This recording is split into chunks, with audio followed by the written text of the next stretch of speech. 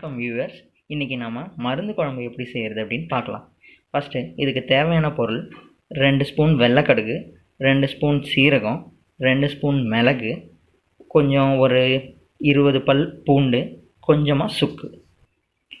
First இந்த வெள்ளைக்கடுகு, சீரகம், சுக்கு, மிளகு இதை நாலுத்தையும் நம்ம மிக்சியில் போட்டு நல்லா பேஸ்ட் மாதிரி அரைச்சிக்கலாம்.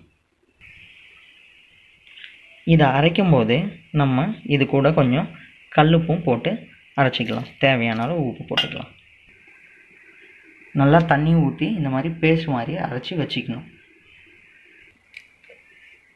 அப்புறம் ஒரு கடாய் வச்சுட்டு ஸ்டவ்வில் இதுக்கு நிறைய எண்ணெய் ஊற்றணும். நல்லெண்ணெய் இருந்தால் நல்லாயிருக்கும் இன்னமும்.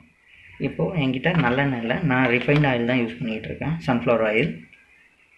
இப்போது ஒரு 6-7 ஸ்பூன் வரைக்கும் எண்ணெயை நல்லா ஊற்றணும்.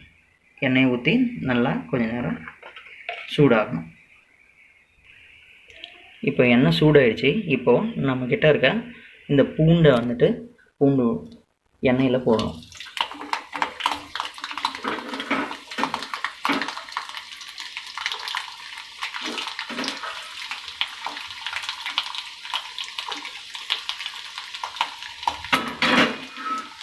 பூண்டு நல்லா பொன்னிறமாக வர வரைக்கும் நல்லா வதக்கணும்.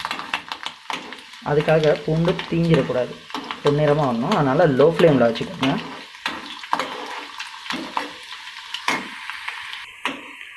இப்போ பூண்டு நல்லா வதங்கிடுச்சு. இப்போது நம்ம அரைச்சி வச்சுருக்க அந்த பேஸ்ட் இதில் சேர்த்துடலாம்.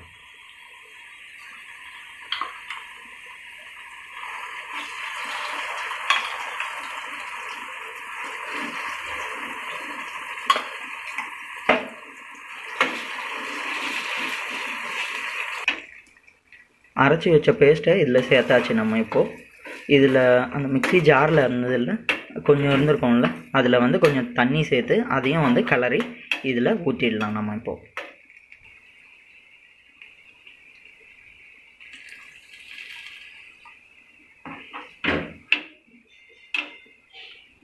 அந்த தண்ணியும் இதில் ஊற்றிட்டோம். இப்போது ஸ்டவ்வில் சிம்மில் வச்சுக்கோங்க. சிம்மில் வச்சுக்கிட்டு இதை கிளறி விட்டுக்கிட்டே இருக்கணும், கீழே அடி பிடிக்காமல். அப்படியே இது அப்படியே நல்லா பேஸ்ட் மாதிரி ஆகி அதுலேருந்து எண்ணெய்லாம் பிரிஞ்சு வர்ற வரைக்கும் அப்படியே கொஞ்சம் நேரம் சிம்லேயே வச்சு நல்லா கிளறி விட்டுக்கிட்டே இருக்கணும். வியூவர்ஸ், உங்களுக்கு இப்போ காரம் கம்மியாக வேணும்னா நீங்கள் மிளகு கம்மியாகவும் போட்டுக்கலாம். இல்லை உங்களுக்கு அதிகம் வேணும்னா அதுக்கேற்ற மாதிரி நீங்கள் அதிகமாகவும் போட்டுக்கலாம்.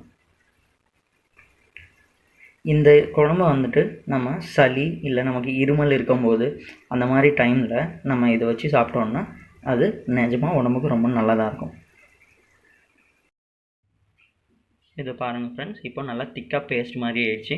எண்ணெயும் தனியாக வந்துடுச்சு, எண்ணெய் விட்டுருச்சு. இந்த பதத்தில் நம்ம ஆஃப் பண்ணிக்கலாம். நம்ம வெள்ளைக்கடுகு தான் யூஸ் பண்ணோன்னு கிடையாது, கருப்பு கடுகும் யூஸ் பண்ணிக்கலாம் நம்ம இதுக்கு.